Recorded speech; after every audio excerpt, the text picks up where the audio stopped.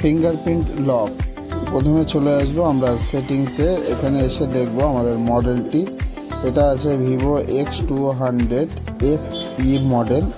এখানে আমরা সেটিংসে প্রথমে চলে আসব, আসার পরে এখানে আসবে সিকিউরিটি অ্যান্ড প্রাইভেসির ভিতরে। এখানে চলে যাব ডিভাইস আনলকিং।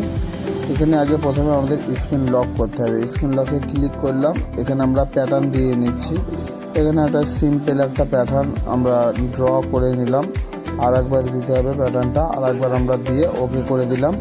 আমাদের প্যাটার্নটা হয়ে গেছে। শো আফটার আনলক করলে শো হবে, নেভার শো করলে কোনো রকমভাবে প্যাটার্নটা শো হবে না। এখানে আমরা ডান করে দিলাম।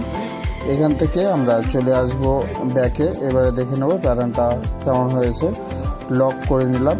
এবারে আমরা লকটা খুলে নিয়ে প্যাটার্নটা খুললাম, খুলে গেলে এবারে আমরা করব ফিঙ্গারপ্রিন্ট লক। এর জন্য চলে আসব প্রথমেই সেটিংসে, একই প্রসেস। এখানে আমরা চলে আসব security and privacy, device unlocking, নিচে আছে ফিঙ্গারপ্রিন্ট, ওকে করলাম। এখানে আমরা যে প্যাটার্নটা দিয়েছিলাম ওটা দিয়ে নিতে হবে।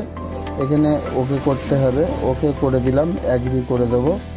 এখানে এবারে আমাদের আঙুলের ছাপ দিতে হবে। এখানে আমরা বারে বারে ট্যাপ করব, আমাদের আঙুলের সমস্ত ফিঙ্গারগুলো এখানে দেখিয়ে দিতে হবে, শো করাতে হবে। আমি বারে বারে দিয়ে দেখুন কিভাবে দিচ্ছি, এইভাবে দিতে হবে। দিয়ে আমরা আমাদের ফিঙ্গারপ্রিন্টটা সেট করব। এখানে হয়ে গেল, আমরা ডান করে দেবো।